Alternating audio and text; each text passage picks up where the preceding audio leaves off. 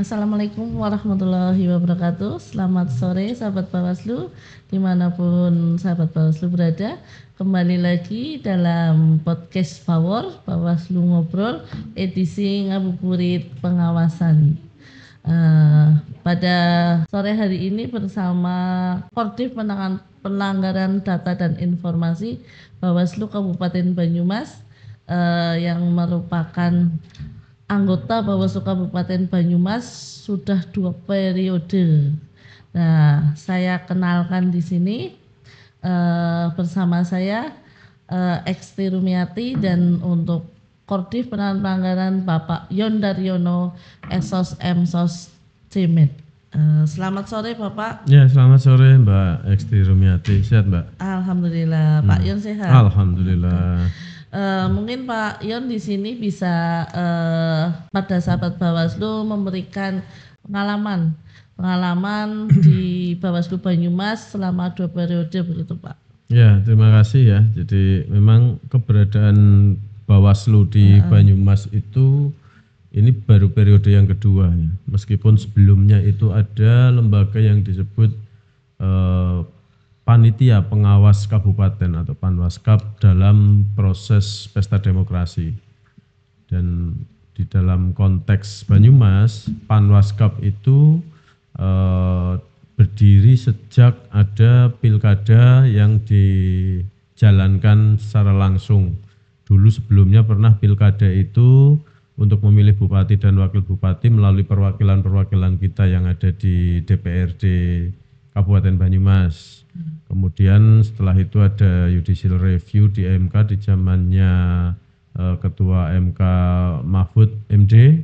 Kemudian diubah bahwa proses pemilihan bupati, kepala daerah ya, wali kota, gubernur itu sama saja bagian dari rezim pemilu, sehingga kemudian diputuskan untuk pemilihan kepala daerah dilakukan secara langsung oleh pemilih, tidak melalui perwakilan lagi di DPRD. Nah, Panwas Kabupaten itu mulai dari pesta demokrasi di zaman itu, dulu masih terlembaga dengan 3 unsur ya. Ada unsur dari kejaksaan, kepolisian, kemudian unsur dari masyarakat ya. Bisa diwakili dari akademisi, teman-teman dari media dan lain sebagainya. Jadi pengawas kabupaten dulu terdiri dari 3 unsur dan ini bersifat ad hoc gitu. Kemudian baru pada 2017 Mbak Ekti ya dan para pemirsa podcast Power, sejak Undang-Undang 7 2017 diundangkan, maka lembaga pengawas pemilu dipermanenkan sampai di tingkat kabupaten kota menjadi Bawaslu. Gitu. Jadi sejarahnya kalau kita berbicara pengawasan itu sudah lama. Ya betul Pak Yon. Sahabat Bawaslu, ternyata perjalanan di Bawaslu itu cukup panjang ya Pak Yon. Sebelum permanen masih ad hoc, kemudian sampai di ad hoc-kan begitu ya Pak Yon. Sahabat Bawaslu dimanapun Anda berada, untuk kali ini karena kita bersama Koordinator Divisi Penanganan Pelanggaran, sahabat Bawaslu mungkin bertanya-tanya nih di pemilihan 2024, khususnya di Pilkada 2024 di Kabupaten Banyumas, yang notabene di Kabupaten Banyumas merupakan lawan kolom kosong begitu. Nah, sahabat Bawaslu bisa bertanya-tanya nih, berapa jumlah penanganan pelanggaran yang ditangani Bawaslu Banyumas selama pilkada, terus bentuknya apa saja pelanggaran tersebut. Mungkin dari di sini bisa ya Pak Kordif ini nanti Pak Yon menjelaskan dari terkait kampanyenya sendiri Pak Yon, karena di Kabupaten Banyumas sendiri calon tunggal dan lawan kolom kosong gitu Pak Kordif, bisa dijelaskan. Ya, terima kasih ya. Jadi memang ini menarik di pilkada atau pemilihan serentak 2024. Khusus untuk di Jawa Tengah itu ada 3 kabupaten kota yang kemudian hingga masa akhir pendaftaran pasangan calon hanya hanya diisi atau hanya satu pasangan calon yang terpenuhi. Artinya dia harus melawan kolom kosong. Jadi yang pertama di Sukoharjo, yang kedua di Brebes, dan yang ketiga ini di Kabupaten Banyumas, tempat kita ini. Nah, di periode pemilihan 2024 ketika kita berbicara soal kolom kosong, bagaimana teknis pelaksanaan kampanyenya, kita akui, jadi di Banyumas itu ya Mbak Eksti ya, baru terjadi ada pasangan calon kolom kosong dan melawan pasangan calon tunggal. Karena sebelumnya di periode Pilkada 2018 itu 2 pasangan calon ya, Pak Marsyoko Ivan Haryanto, kemudian Pak Husein Sadewo, Pak Sadewo. Kemudian yang sebelumnya itu juga lebih menarik lagi. Ada periode 2013 itu pasangan calonnya paling banyak, sampai 6 ya. Sampai 6 pasangan calon, di mana 2 pasangan calon itu berasal dari independen ya. Toto Dirgantoro Saifuddin sama Oyong Basuki. Nah, yang lain adalah pasangan calon yang diusung oleh partai politik ya. Di situ ada Pak Marsyoko ya, Golkar, kemudian juga ada Pak Marsyoko Dr. Gempol ya, kemudian Pak Husein dan Budi, Dr. Budi, kemudian juga ada dari PKB itu dan Demokrat bergabung waktu itu, kemudian kita juga mengalami proses pilkada yang saat itu masih dilaksanakan di DPRD kabupaten ya. Itu ada Pak Marsyoko dan Pak Husein melawan Anteng Cahyo, melawan dari PDI dan dari PKS ya. Kemudian juga Pak Singgih juga waktu itu. Jadi Aris sama Tosi, kemudian Pak Singgih juga. Nah, kita melihat bahwa semakin ke sini pilkada di Banyumas dengan peristiwa 2024 kemarin pemilihan serentak itu ada pertanyaan di kita. Kalau dulu pasangan calonnya itu kan banyak ya. Artinya partisipasi orang untuk mencalonkan diri sebagai pemimpin kepala daerah itu banyak. Masing-masing partai punya jago sendiri-sendiri. Nah, di periode yang hari ini pemilihan 2024 ada 12 partai yang kemudian baik partai parlemen maupun non parlemen mengusung pasangan calon satu.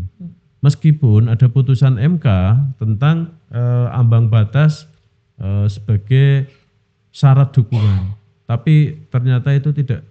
Itu kan putusan MK-nya terlalu mepet ya, sehingga tidak bisa menghasilkan kandidat atau calon lain meskipun ada yang sempat daftar.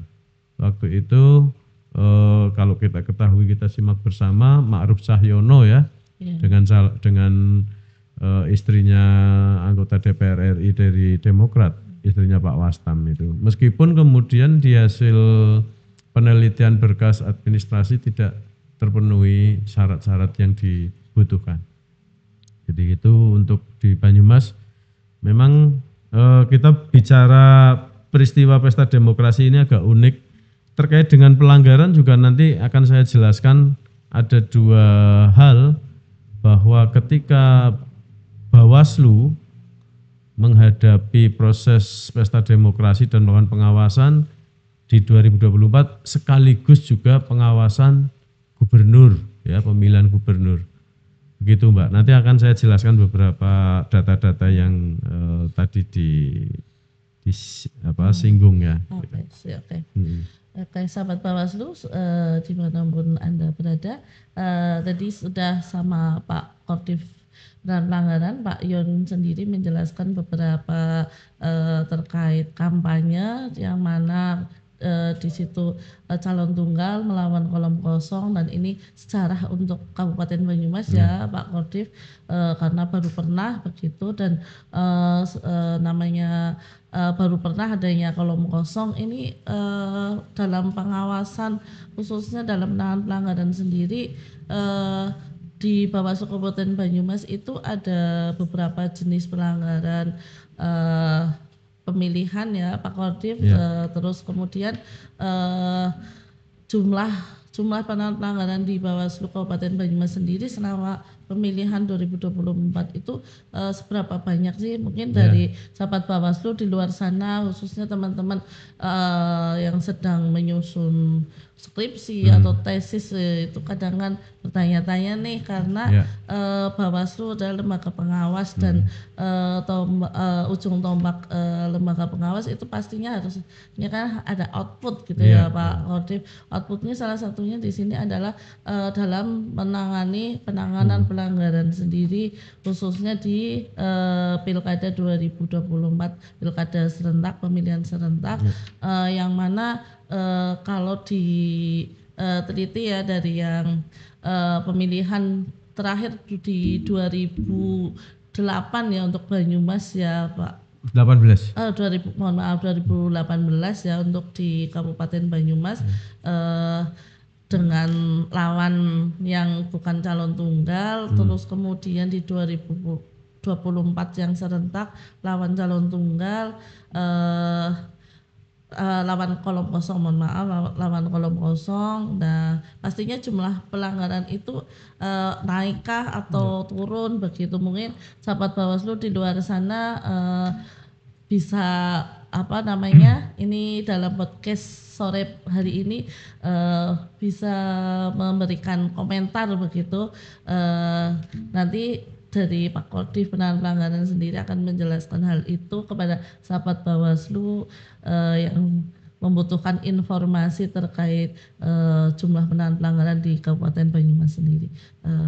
Bisa dijelaskan Pak Kodim? Jadi sebelum ke jumlah penanganan pelanggaran, saya ingin menyampaikan juga, saya masuk ke pengawasan kampanye ya. Artinya apa sih sebenarnya kendala yang dirasakan rekan-rekan Bawaslu maupun jajaran Panwas, jajaran PKD, jajaran PTPS ketika ada di dalam konteks pengawasan di masa kampanye.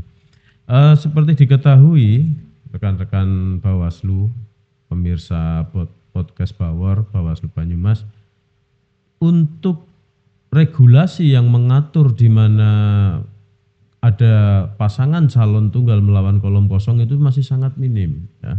Ini diakui juga oleh Bawaslu RI juga dan teman-teman yang kebetulan daerahnya juga pasangan calonnya tunggal melawan kolom kosong.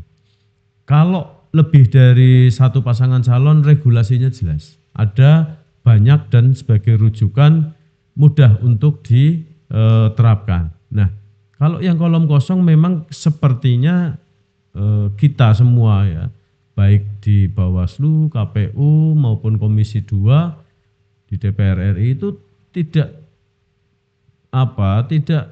atau belum bahkan menyiapkan sarana regulasi yang bisa dijadikan rujukan kita jajaran yang ada di tingkat bawah yang di lapangan dan bertemu langsung dalam proses pengawasan kampanye di pesta demokrasi pemilihan serentak, khususnya juga pada pasangan calon tunggal melawan kolom kosong.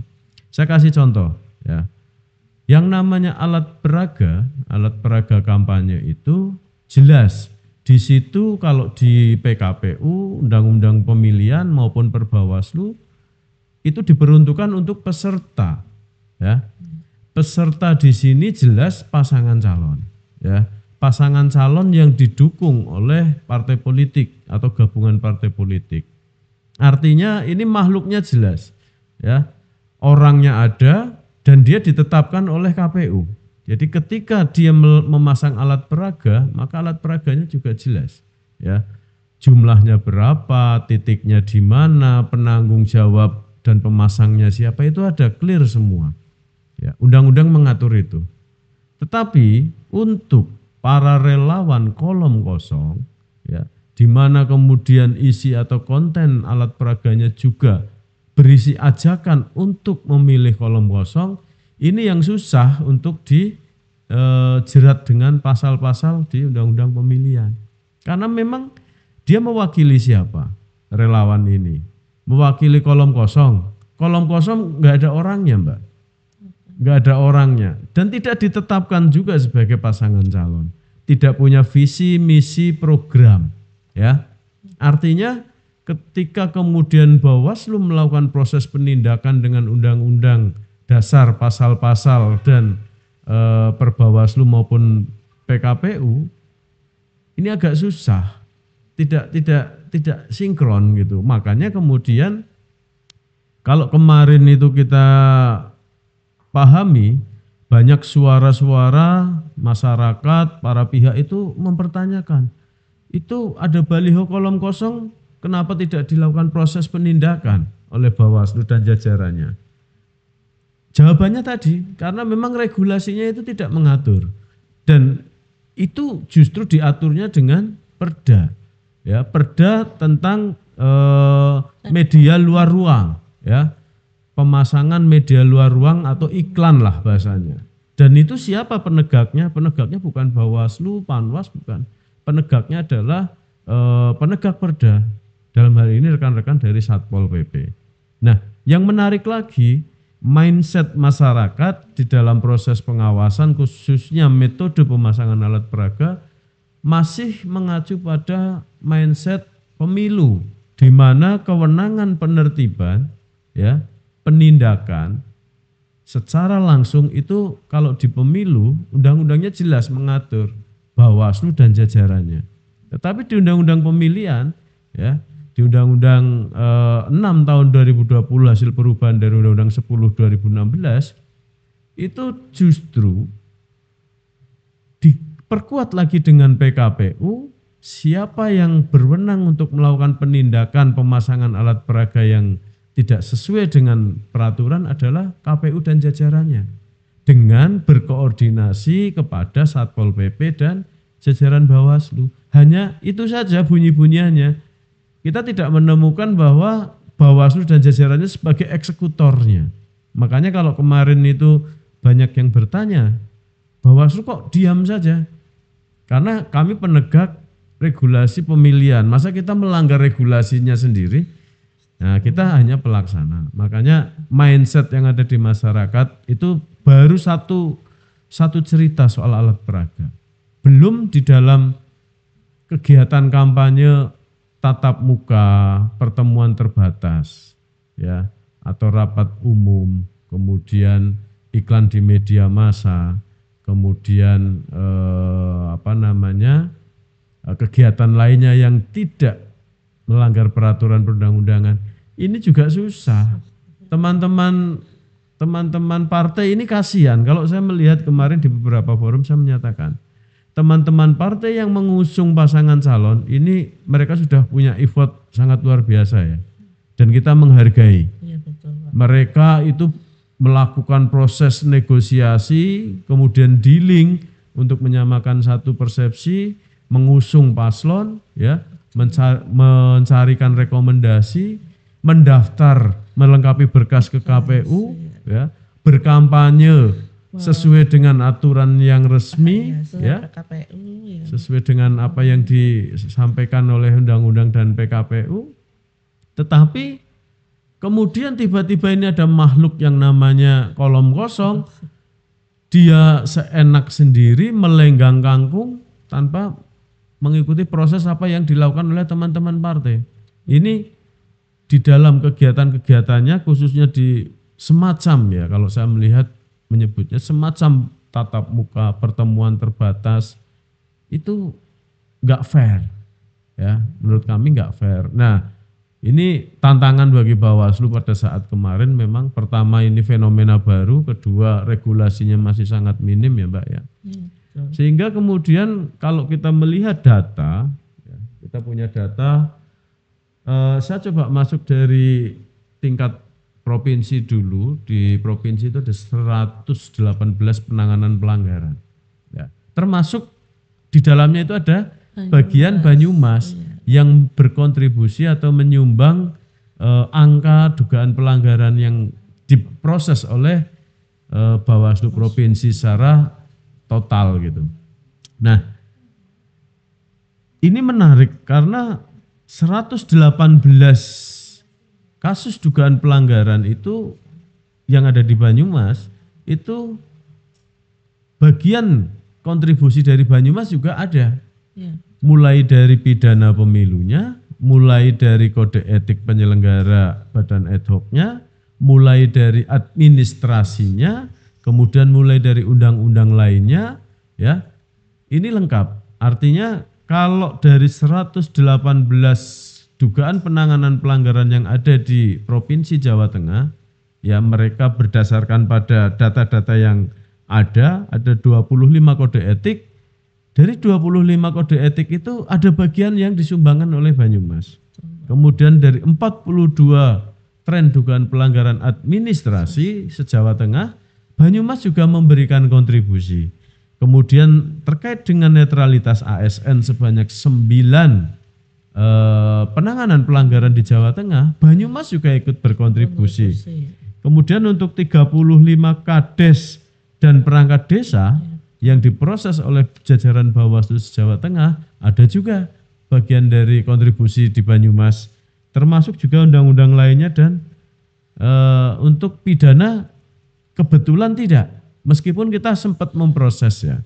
Nah, ini Mbak Eksti dan para pemirsa Bawaslu Bawor ya, Bawaslu Ngobrol di acara Ngabuburit sore ini, kalau di total di Banyumas itu ada 17 dugaan pelanggaran yang ditangani oleh Bawaslu.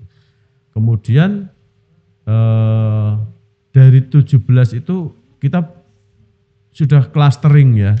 Kita sudah clustering, ada 4 pidana meskipun kemudian ini berhenti di pembahasan kedua Sentra Gakumdu ya. Kemudian administrasi terbukti 3 sudah inkrah juga sudah bisa dilihat hasil penanganannya sampai dengan final.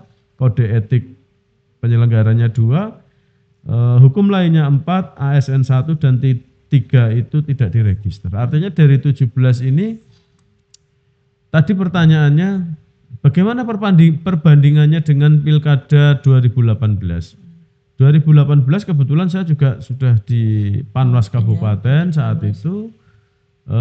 Kebetulan juga waktu itu personil komisionernya masih 3 orang. Jadi kita menangani pelanggaran dugaannya itu betul-betul sekuat tenaga dan sekuat Panwas, karena memang dukungan SDM-nya juga masih sedikit. Masih minim SDM ya, Pak. Saat itu ada dugaan pidana pemilu berupa tangkap tangan dari para satgas salah satu pengusung calon bupati sebanyak 33 kejadian di seluruh Banyumas. Itu berarti masuknya di kategori ranah pidana pemilihan semua karena money politik ya. Itu dilaporkan. Tetapi kemudian setelah kita lakukan proses sampai dengan di Gakumdu juga dengan teman-teman kepolisian dan kejaksaan, hasil rekapitulasi final itu menyatakan bahwa pemenangnya adalah pasangan calon yang didukung oleh Satgas yang melaporkan money politik ke Panwas. Kemudian karena sudah menang, tim kuasa hukum dari pasangan calon yang di dalamnya ada Satgas anti money politik itu kemudian mencabut laporan. Meskipun di dalam pembahasan kedua itu konteks Bawaslu tidak bisa menghentikan. Ya, tidak bisa menghentikan. Kita jalan terus. Akan kita tangani untuk proses dugaan money politiknya, pidana pemilunya. Tetapi kemudian ada pertimbangan-pertimbangan dari rekan-rekan kejaksaan dan rekan-rekan dari kepolisian saat itu, karena tim kuasa hukumnya sudah mencabut, maka kemudian itu menjadi pertimbangan untuk tidak dilanjutkan ke tahap berikutnya ke penyidikan. Nah, kita menghormati keputusan Gakumdu itu. Meskipun sebenarnya kami juga kepengen betul-betul ini lembaga Panwas Kabupaten ada laporan, buktinya ada, yang dilaporkan ada, pelapornya jelas, ya. Tetapi kemudian karena dicabut dan kita menghormati rekan-rekan di kejaksaan dan kepolisian untuk tidak meneruskan, kan nggak mungkin Bawaslu meneruskan sendiri, ya. Akhirnya kemudian 33 perkara dugaan money politik di Pilkada 2018 dihentikan.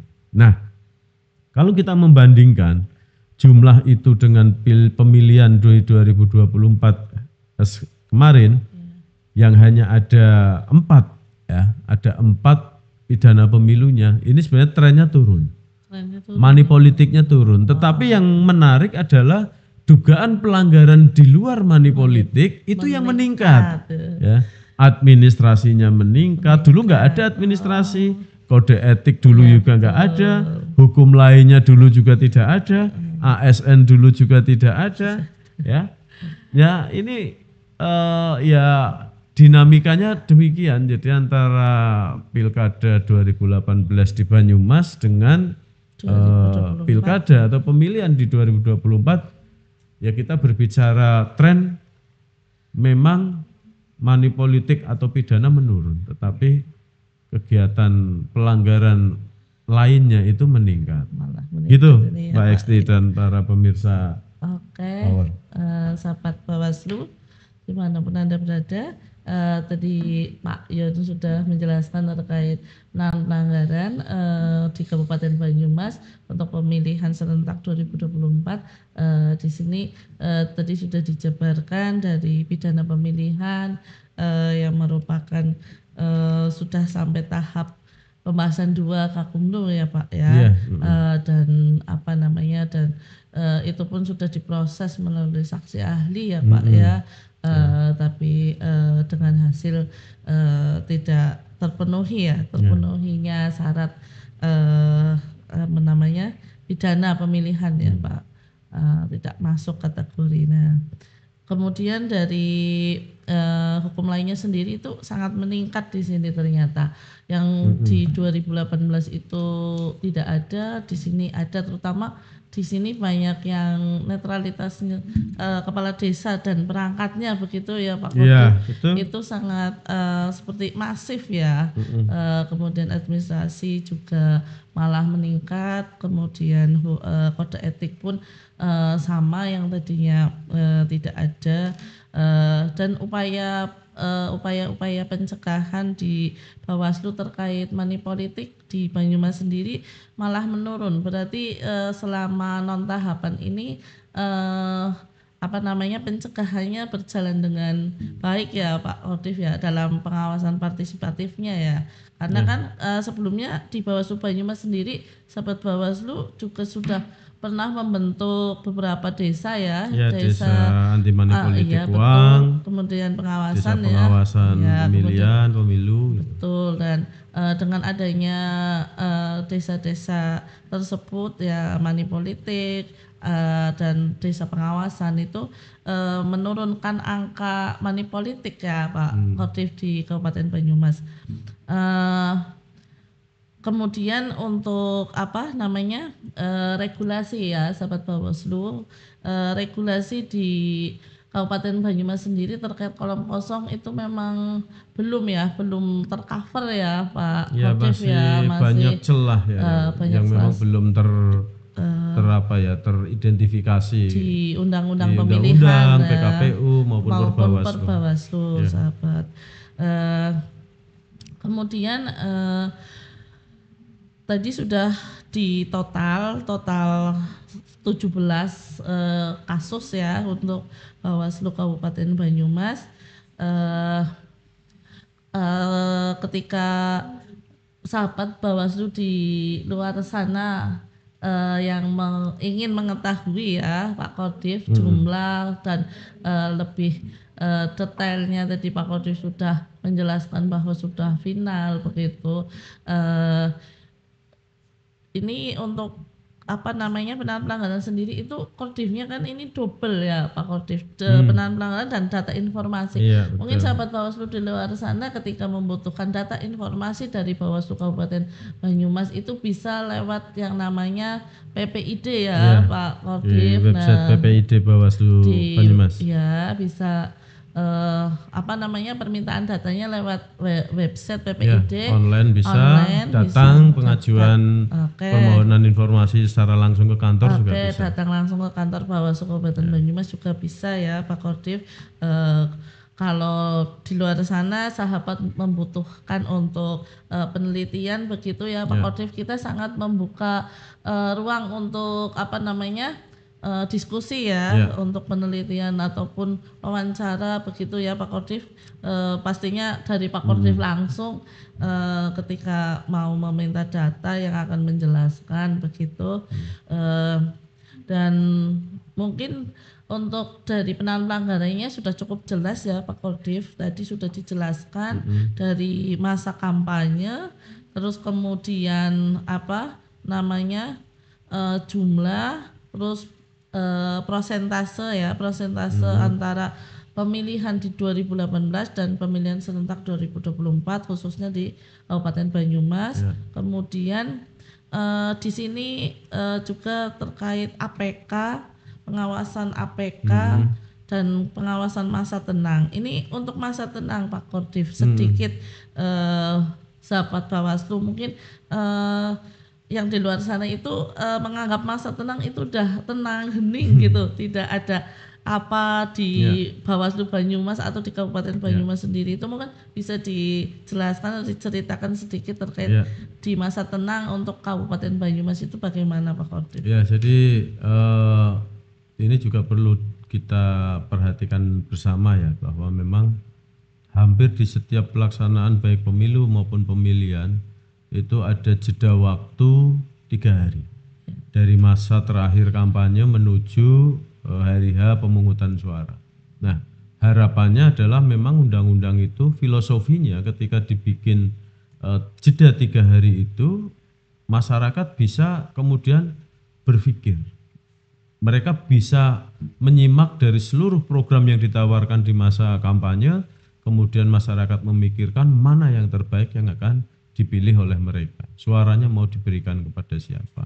Nah, di satu sisi masa jeda atau masa tenang ini kemudian seringkali fenomena ini menjadi ruang bagi oknum-oknum ya, baik yang mengatasnamakan pihak yang mendukung pasangan calon baik di presiden, pemilihan presiden atau calon di legislatif, DPD perwakilan.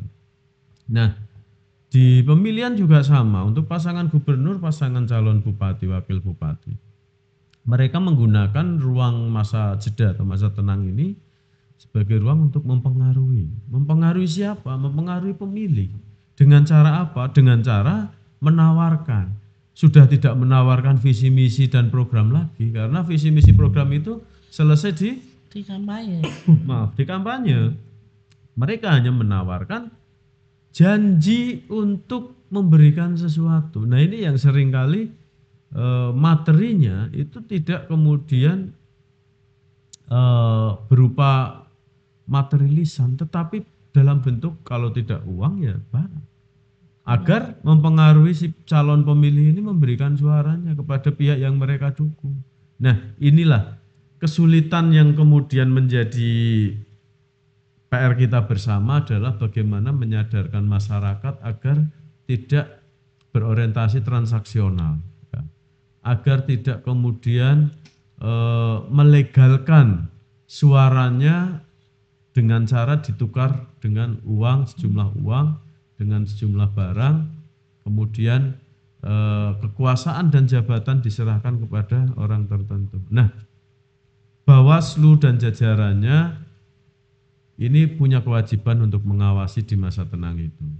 Dan ini juga perlu kami sampaikan, di masa tenang itu kemudian pihak-pihak yang bisa dijerat dengan pasal-pasal pidana pemilihan itu adalah setiap orang. ya. Setiap orang artinya siapapun itu ketika dia sudah sebagai warga negara yang cukup umur ya secara legalitasnya dan dia juga sebagai pemilih yang sah, maka bisa dikenakan jeratan pidana. Karena setiap orang, tidak hanya tim sukses, pasangan calon, para politisi partai yang ada di partai pengusung, tidak. Jadi semuanya bisa kena. Baik masyarakat biasa, pejabat, ASN, TNI Polri, semuanya kena karena frasanya menyebutkan setiap orang di masa tenang ya dan hari H atau di masa pemungutan suara.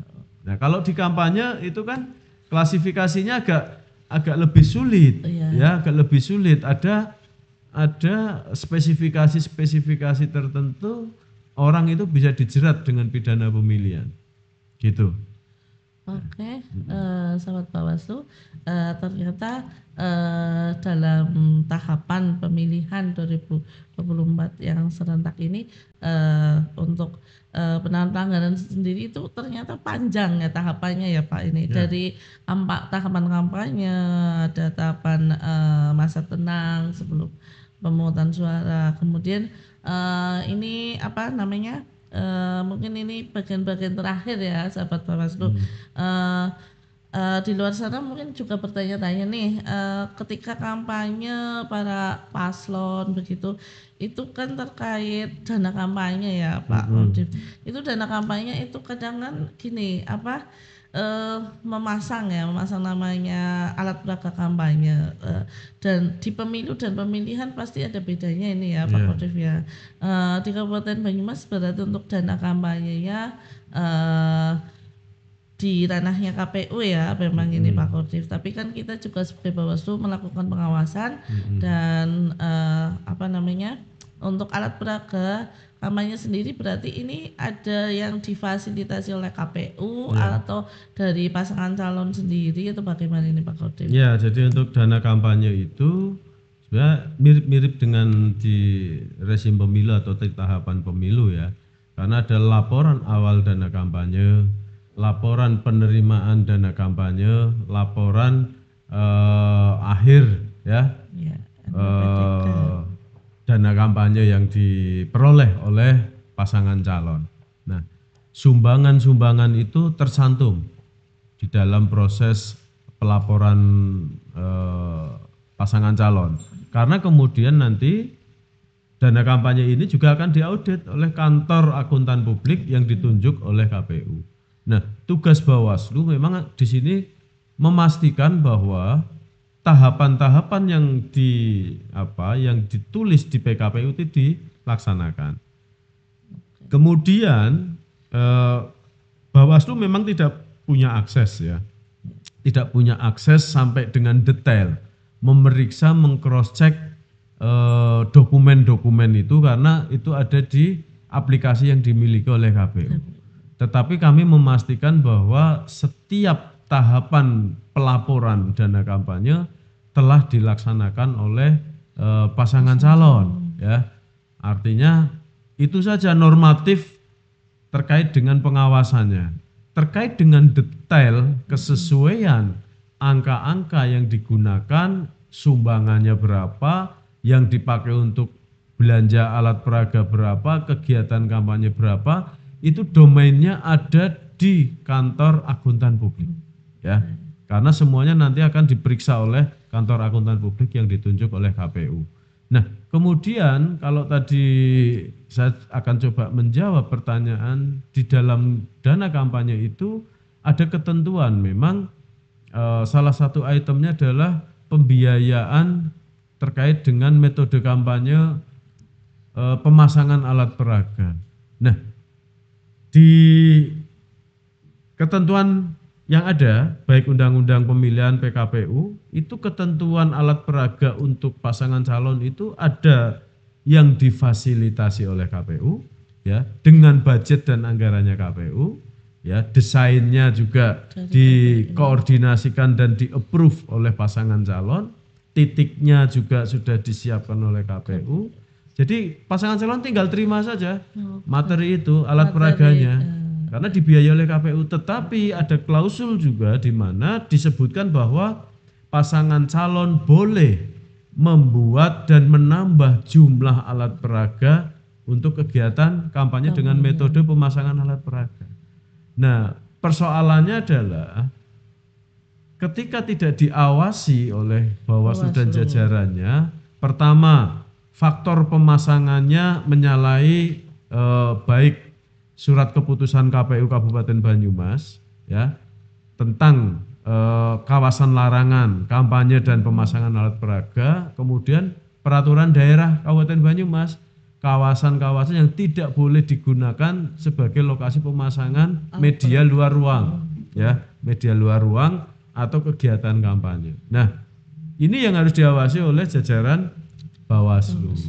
Hanya tadi di awal kami sebutkan, kami hanya mendata mana-mana alat peraga yang menyalahi ketentuan SK KPU, menyalahi Perda Banyumas tentang media luar ruang, kemudian kita akan berikan sarper itu kepada jajaran KPU sesuai tingkatannya untuk ditindaklanjuti. Karena kewenangan di pemilihan Bawaslu bukan sebagai eksekutor penertib alat peraga. Nah, ya ini tinggal jajaran KPU bagaimana menyikapi itu. Kemudian ketika masih marak, ya itu bukan tanggung jawab Bawaslu. Bawaslu mendata, menyampaikan saran perbaikan untuk ditindaklanjuti sesuai dengan ketentuan perundang-undangan yang ada. Nah itu soal alat peraga. Ya, sahabat Bawaslu, dimanapun Anda berada, ternyata di sini ada perbedaan ya Pak Kodim untuk pemilu serentak 2024 dan pemilihan serentak 2024 itu memang regulasinya ada perbedaan di regulasi. Otomatis undang-undangnya memang juga berbeda jauh ya Pak, dari undang-undang 7 2017 ke undang-undang 10 pemilihan ke 10 16 yang diubah ke 6 2020. Kemudian dari PKPU-nya sendiri juga berubah antara pemilu dan pemilihan. Jadi kemudian Perbawaslu-nya sendiri juga untuk menahan pelanggarannya sahabat juga dirubah. Di sini ada tadinya Perbawaslu di Perbawaslu 8 ya Pak ya, terkait jumlah hari dalam melakukan penanganan pelanggaran pun di sini ada perbedaan ya Pak Kodim ya. Ya kalau pemilu lebih luas lebih panjang ya sahabat, 7+7 ya Pak. Dan ini untuk pemilihan sendiri malah 3+2. Iya 3+2 jadi lebih pendek ya Pak waktunya. Ketika dengan kasus yang lumayan begitu banyak dengan hari yang begitu pendek, itu memang sangat menguras tenaga dan pikiran ya Pak Kodim untuk penanganan pelanggarannya. Nah, tapi dalam perjalanannya ini untuk Pak Kodim sendiri dan anggota Bawaslu Kabupaten Banyumas yang lain pun dalam menangani penanganan pelanggaran itu memang bersifat kolektif kolegial begitu Pak. Di situ pasti adanya selalu diputus, tidak lupa dengan adanya pleno ya Pak ya, sehingga termasuk sampai pembahasan Kakumdu pun juga dari eksternal ya Pak Kodim. Ini ada dari kejaksaan di Banyumas, ada 2 kejaksaan, Kejaksaan Negeri Banyumas dan Kejaksaan Negeri Purwokerto, serta dari Polresta Banyumas sahabat. Mungkin dari paparan Pak Kodim penanganan pelanggaran dan data informasi Pak Yon Daryono ini nanti akan memberikan referensi kepada sahabat Bawaslu yang ada dimanapun terkait berapa sih penanganan pelanggaran di Banyumas, terus apa saja jenisnya, kemudian dalam tahapan pemilihan itu ada beberapa tahapan, ternyata adanya kampanye ya, adanya masa tenang, di situ pun sampai Bawaslu itu mengawasi dana kampanye ya, walaupun tadi sudah dijelaskan oleh Pak Kodim sendiri, sahabat Bawaslu jadi tidak bingung nih, mungkin bagi orang yang bukan penyelenggara nih ya Pak, orang umum gitu, sahabat yang tidak ikut dalam penyelenggaraan, kadang kan bertanya-tanya nih, Bawaslu ini pengawas gitu kan, nah output untuk pelanggarannya berapa sih begitu, rata-rata kan sahabat penasaran nih ya, karena ini baru podcast yang pertama mengulas terkait penanganan pelanggaran sahabat untuk di Kabupaten Banyumas. Nah, podcast sore hari ini memang khusus membahas penanganan pelanggaran Pak Kodim. Jadi tadi sudah disebutkan ya sahabat, kemudian ini untuk harapan dan apa ya namanya, ke depan pemilihan atau pemilu 5 tahun yang akan datang ini Pak Kodim, untuk penanganan pelanggaran di Kabupaten Banyumas, dan kepada sahabat Bawaslu di luar sana mungkin kesan pesan atau namanya closing statement dari Pak Kodim penanganan pelanggaran terkait ruang lingkup penanganan pelanggarannya, ini apa yang perlu ditingkatkan Pak Kodim, apa yang mungkin kayak seperti evaluasi begitu ya Pak Kodim, sedikit ini apa namanya beberapa poin saja begitu Pak Kodim. Ya, terima kasih Mbak Eksti, para pemirsa podcast Bawaslu Ngobrol di acara Ngabuburit sore hari ini.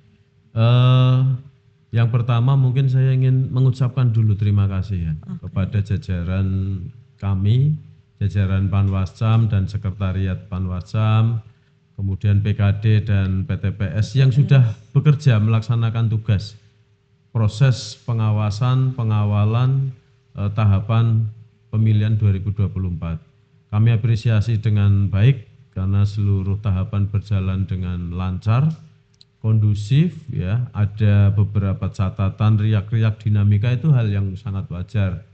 Tetapi karena di dalam proses penanganan pelanggaran saya perlu mengapresiasi beberapa rekan-rekan kami yang mungkin hari ini sudah mereka menjadi ex Panwas ya.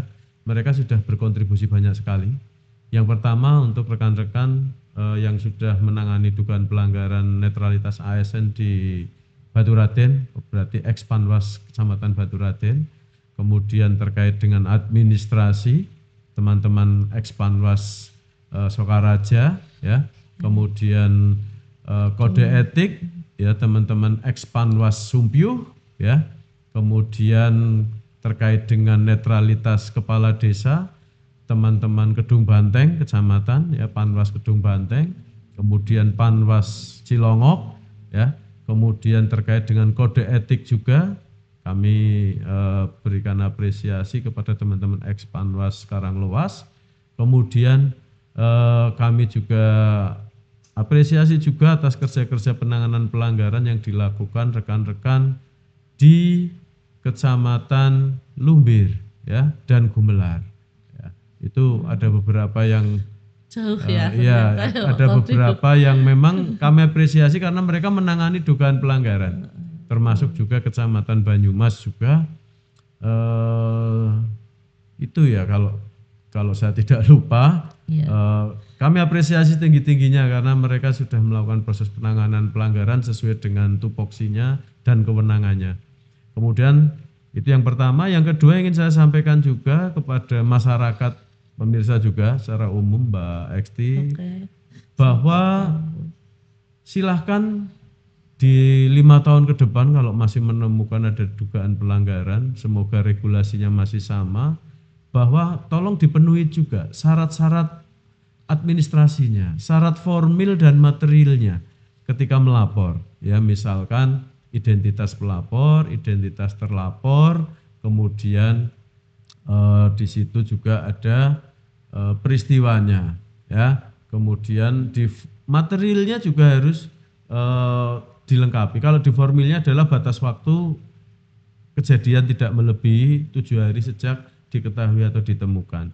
Kemudian materialnya adalah peristiwa kronologisnya harus lengkap dan juga bukti-bukti, ya. Serta kalau memang ada saksi ya diperlukan saksi di situ. Nah, ketika itu sudah disiapkan semua, nanti tinggal dicek oleh Bawaslu, oleh teman-teman staf kami di Divisi Penanganan Pelanggaran, apakah syarat formil materialnya sudah terpenuhi sebagai laporan yang disampaikan.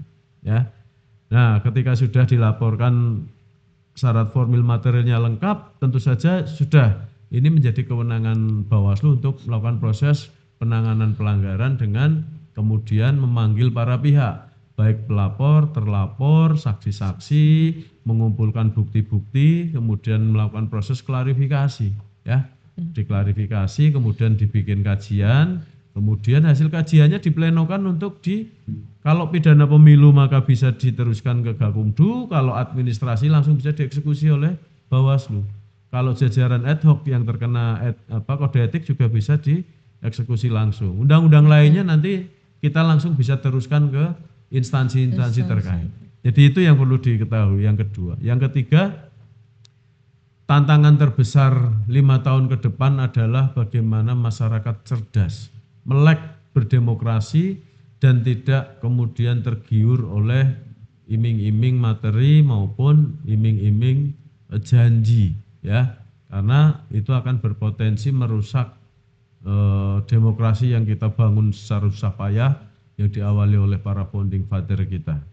Jadi yang ketiga tadi saya ingin sampaikan, mari kita cerdas, jangan menggadekan suara kita, jangan kemudian memilih pemimpin yang memang kemudian melakukan perbuatan-perbuatan mengotori demokrasi. Nanti ujung-ujungnya para pemilih masyarakat akan menyesal dengan sendirinya selama 5 tahun.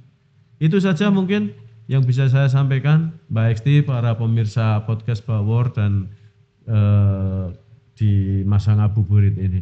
Semoga ada manfaatnya. Terima kasih Pak Kodim.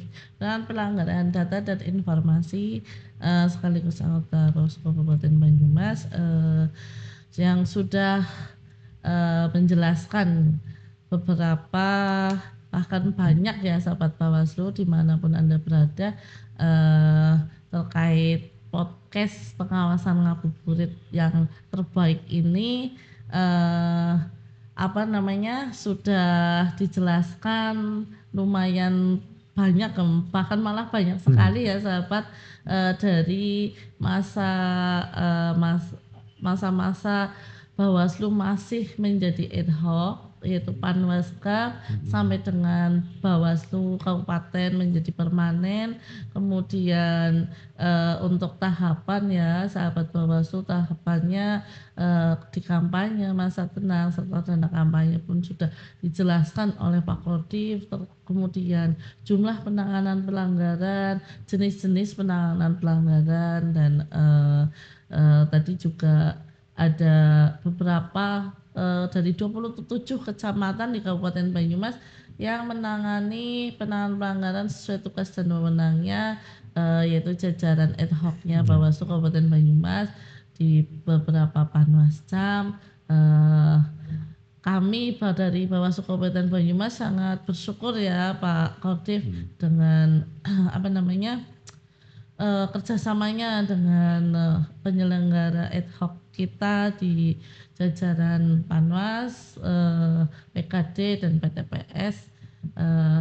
Kemudian sahabat Bawaslu dimanapun Anda berada, jangan lupa untuk like, komen, subscribe ya medsosnya Bawaslu Kabupaten Banyumas.